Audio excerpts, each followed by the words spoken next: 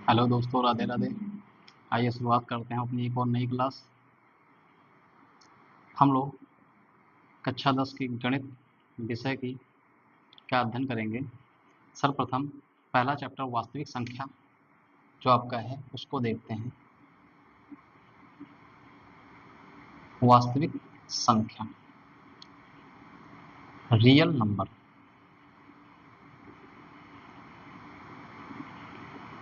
ठीक है, real number. अब रियल नंबर यानी संख्या, सबसे पहले हम देखते हैं भाई संख्या क्या होती है। संख्या, नंबर्स क्या हैं। तो नंबर वह होते हैं जिनको हम गिनने, किसी चीज़ को लिखने में या उसका नामकरण करने में हम हर प्रकार से यूज करते हैं। वो क्या होती हैं, संख्याएं होती हैं। जैसे गिनती, गिनना, गिनना में इसे यूज करते हैं, जैसे 1 2 3 4 5 6।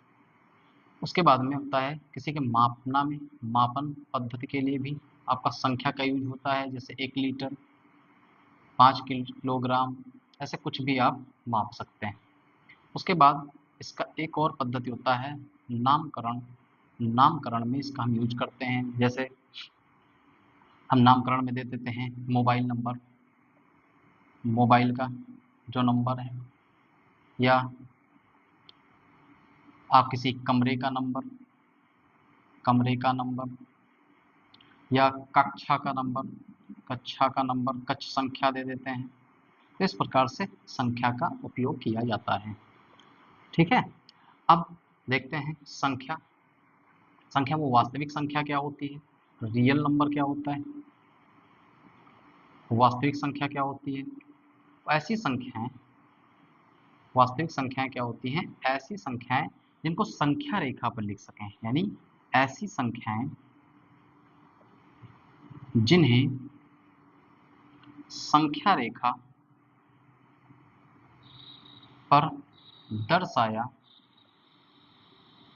दर्शाया जा सके। ठीक है, ऐसी संख्याएं जिन्हें संख्या रेखा पर दर्शाया जा सके, वह संख्याएं क्या होती हैं, वास्तविक संख्याएं होती हैं। या यूं कह लें, ऐसी संख्याएं जिनका दैनिक जीवन में उपयोग होता है। ये दो प्रकार की होती हैं। पहला आपका होता है परिमेय संख्याएं। परिमेय संख्याएं इसको बोलते हैं रेशनल नंबर, रेशनल नंबर। और दूसरी संख्या होती है अपरिमेय संख्याएं, अपरिमेय संख्याएं जिसको बोलते हैं इर्रेशनल नंबर, इर्रेशनल नंबर। ये आपकी कुछ महत्वपूर्ण बातें हैं। वास्तविक संख्याएं क्या होती हैं, वह संख्याएं जिन्हें संख्या रेखा पर, जिन्हें संख्या रेखा पर दर्शाया जा सके। जैसे मान लीजिए एक संख्या रेखा हम ले लेते हैं, -इन्फिनिटी टू +इन्फिनिटी तक। इसमें एक शून्य है, दाहिनी ओर 1 2 3 और अनंत तक की सारी संख्याएं हैं। बाईं ओर -1 -2 -3 और अनंत तक की संख्याएं होती हैं। ये सारी संख्याएं इधर धनात्मक हैं और ये संख्याएं आपकी कैसी होती हैं, ऋणात्मक होती हैं। शून्य की बात करें तो शून्य जो है, ध्यान दीजिएगा, शून्य जो है ना तो धनात्मक है, ना तो धनात्मक है और ना ही ऋणात्मक ऋणात्मक है। ठीक है, तो शून्य के बारे में बात करेंगे तो शून्य ना ही धनात्मक है ना ही ऋणात्मक है। देखिए, अब बात करते हैं कि शून्य की खोज किसने की है। शून्य की खोज के बारे में देखिए, शून्य की खोज के बारे में हमारे पास दो उदाहरणाएं हैं। दो लोगों के बारे में हम पढ़ते हैं। पहला है ब्रह्मगुप्त, ब्रह्मगुप्त, और दूसरा हम पढ़ते हैं आर्यभट्ट के बारे में। इनको माना जाता है शून्य की खोज इन्होंने किया है। देखिए, अब ब्रह्मगुप्त जो हैं उन्होंने क्या किया कि शून्य को एक संख्या के रूप में माना है। क्या माना है इन्होंने, शून्य को एक संख्या के रूप में माना है। एक संख्या के रूप में माना है कि शून्य एक संख्या है। परंतु जो आर्यभट्ट जी हैं ये दशमलव प्रणाली के माध्यम से दशमलव प्रणाली के माध्यम से दशमलव प्रणाली के माध्यम से शून्य की अवधारणा प्रस्तुति से शून्य की जो अवधारणा है वो बताते हैं। ये अवधारणा प्रस्तुत किया इन्होंने। और ध्यान दीजिए, इन्होंने कोई भी शून्य के लिए प्रतीक यूज नहीं किया है। शून्य के लिए कोई भी प्रतीक यूज नहीं किया। प्रतीक, कोई भी प्रतीक ये क्या करते हैं, शून्य के लिए कोई प्रतीक का प्रयोग नहीं करते हैं। ठीक है, प्रयोग नहीं करते हैं। अब ध्यान दीजिए, जो ब्रह्मगुप्त जी हैं, ब्रह्मगुप्त ने क्या किया कि शून्य को एक संख्या के रूप में माना है और इन्होंने इसका उपयोग गणितीय नियम में विकसित किया है। क्या किया है, गणितीय नियम में, गणितीय नियम में इसको विकसित किया है। और इन्होंने साथ साथ में एक बताया है गुणा शून्य। इन्होंने क्या किया, गुणा, जोड़, घटाना, इन सब के बारे में यहाँ पे चर्चा की है।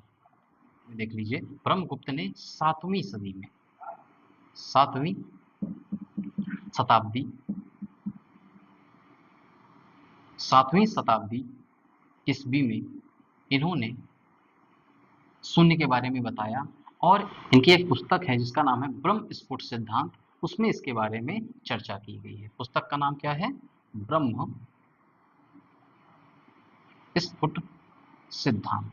ये पुस्तक है ब्रह्मगुप्त जी की, जो 7वीं शताब्दी ईसा में विकसित हुई है, जिसके बारे में उसमें शून्य का जिक्र किया गया है और शून्य को एक संख्या के रूप में माना है और गणितीय नियम के तहत इन्होंने गुणा, जोड़, घटाने के बारे में चर्चाएं की है।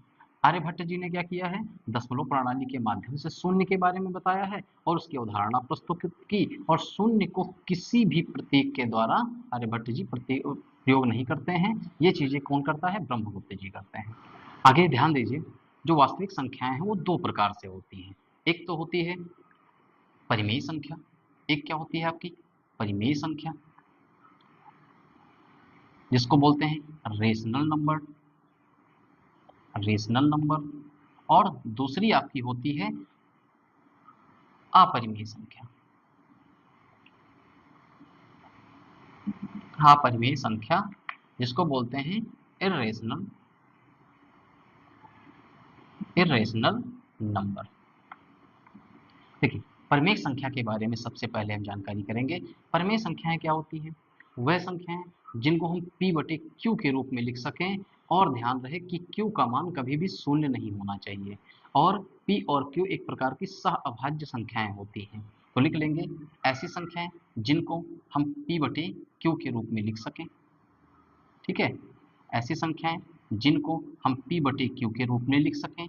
और ध्यान दीजिए, p और q जो है वो आपका बिलोंग्स इंटीजर यानी पूर्णांक होता है। एंड तथा जो q का मान है वो कभी भी शून्य नहीं होना चाहिए।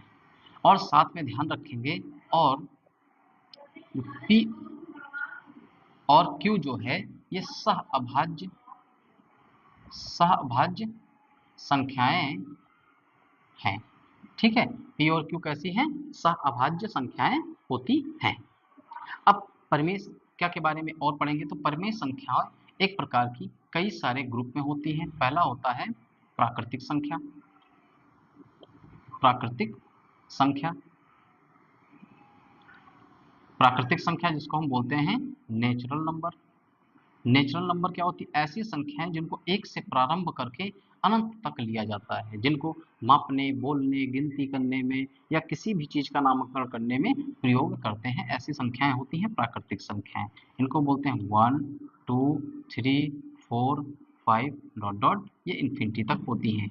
ठीक है, उसके बाद में अगली होती है आपकी पूर्ण संख्या। पूर्ण संख्या जो है वो आपका क्या है, होल नंबर, होल नंबर। पूर्ण संख्या क्या होती हैं, ऐसी संख्याएं जो शून्य से स्टार्ट होती हैं और अनंत तक चलती हैं। ऐसी संख्याएं जो शून्य से स्टार्ट होती हैं, यानी 0 1 2 3 4 5 इन्फिनिटी तक। ठीक है, तो ये संख्याएं कैसी हैं, पूर्ण संख्याएं हैं। अब ध्यान देंगे, आपसे पूछता है कि सबसे छोटी पूर्ण संख्या कौन सी है, तो आप बताएंगे शून्य है। सबसे छोटी प्राकृतिक संख्या कौन सी है, एक है। ठीक है, ऐसे प्रश्न बनते हैं बोर्ड में। क्या सभी प्राकृतिक संख्याएं पूर्ण संख्या होती हैं, या क्या कभी कभी प्रश्न बनता है कि क्या कभी सभी पूर्ण संख्याएं प्राकृतिक संख्याएं होती हैं, तो इन पे हम आगे चर्चा करते हैं। ठीक है, तो यहाँ तक नोट करिए। देखिए, इसके आगे हम देखते हैं, आपने देखा प्राकृतिक संख्याएं कौन सी होती है, जो एक से स्टार्ट होती है अनंत तक चलती है। पूर्ण संख्या आपने देखा जो शून्य से स्टार्ट होती है अनंत तक चलती है। उसके आगे हम देखेंगे हैं कि हमारे क्या होते हैं, पूर्णांक होते हैं। तीसरा हम देखेंगे पूर्णांक। पूर्णांक इंटीजर्स। इंटीजर्स क्या होते हैं, वह संख्याएं जो धनात्मक तथा ऋणात्मक दोनों होती हैं। ऐसी संख्याएं जो धनात्मक भी होंगी और ऋणात्मक भी होंगी। यानी संख्या रेखा पे अभी पहले हमने चर्चा किया कि इन संख्याओं को संख्या रेखा पर लिख सकते हैं, प्रदर्शित कर सकते हैं। तो 1 2 3 4 ये इन्फिनिटी तक, और ये -1 -2 -3 -4 ये माइनस इन्फिनिटी तक। यानी आप देख रहे हैं कि संख्या ये सारी कैसी हैं, पॉजिटिव नंबर है, ये सारी कैसी हैं, निगेटिव नंबर है। और हमने शून्य के बारे में बात किया, शून्य ना तो पॉजिटिव है ना ही निगेटिव है। यानी इंटीजर्स क्या होते हैं आपके, इंटीजर्स होते हैं 0 1 2 3 डॉट डॉट इन्फिनिटी, और -1 -2 -3 डॉट डॉट माइनस इन्फिनिटी तक ये होते हैं। ठीक है, अब ध्यान दीजिए, बाईं ओर चलने पर, बाईं ओर संख्या कैसी है, संख्या बढ़ते क्रम में है। संख्या बढ़ते क्रम में है, बढ़ते क्रम में, यानी इसको बोल सकते हैं आरोही, आरोही क्रम में होती है। और वही आप जब भी दाईं ओर चलते हैं, दाईं ओर, तो संख्या कैसी होती है, घटते क्रम में होती है। कैसे होती है, घटते क्रम, यानी इसको बोल सकते हैं अवरोही क्रम में होती है, अवरोही क्रम में। ठीक है, हम लोग आगे बात करते हैं। पूर्णांक तक हमने देख लिया, प्राकृतिक संख्या देख लिया, मूल संख्या देख लिया, और पूर्णांक देख लिया। अब आगे और संख्याओं की बात करते हैं। सम संख्याएं, सम संख्याएं, इवन नंबर।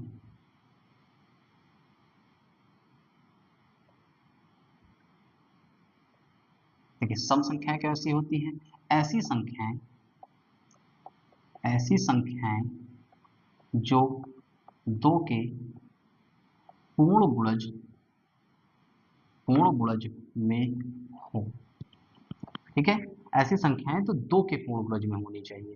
दो के पूर्ण गुणज में जैसे कौन कौन सी संख्याएं इसमें लेते हैं, 0 2 4 6 8 10 12 14 S1, यानी अनंत तक की ढेर सारी संख्याएं होती हैं। अगला बात करते हैं विषम संख्याएं। विषम संख्याएं कौन सी होती हैं, ऑड नंबर।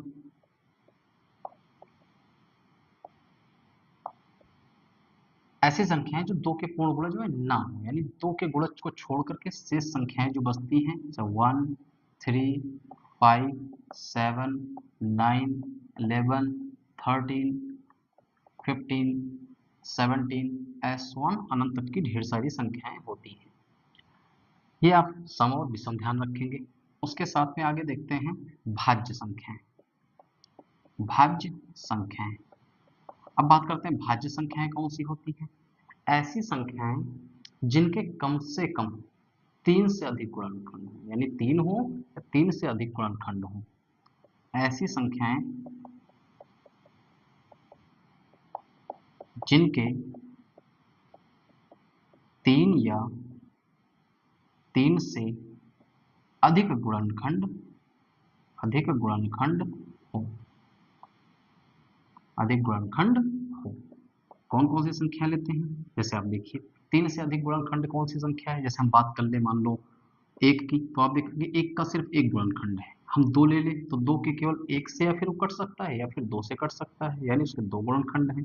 3 की बात कर लें तो 3 1 से कटेगा या 3 स्वयं से कटेगा, अन्य कोई संख्या नहीं है जिसको काट सके। आगे क्या करते हैं, तो दूसरा लेते हैं फिर 4। अब 4 देखेंगे, 4 के कितने फैक्टर होते हैं, 4 1 से कट जाएगा, 4 2 से कट जाएगा, 4 स्वयं 4 से कट जाएगा, यानी 1 2 3 कितने गुणनखंड इसके बन गए, 3 बन गए। 4 के बाद आप देखते हैं 5 के केवल 1 से कटेगा या 5 से कटेगा। 6 देखते हैं, 6 देखेंगे 1 से कटेगा, 6 2 से कटेगा, 6 3 से कटेगा, 6 स्वयं से कटेगा। यानी कितने फैक्टर हो गए, कितने गुणनखंड होंगे इसके, 1 भी होगा, 3 2 भी होगा, 3 भी होगा और स्वयं 6 भी होगा, यानी 4 गुणनखंड बन रहे हैं।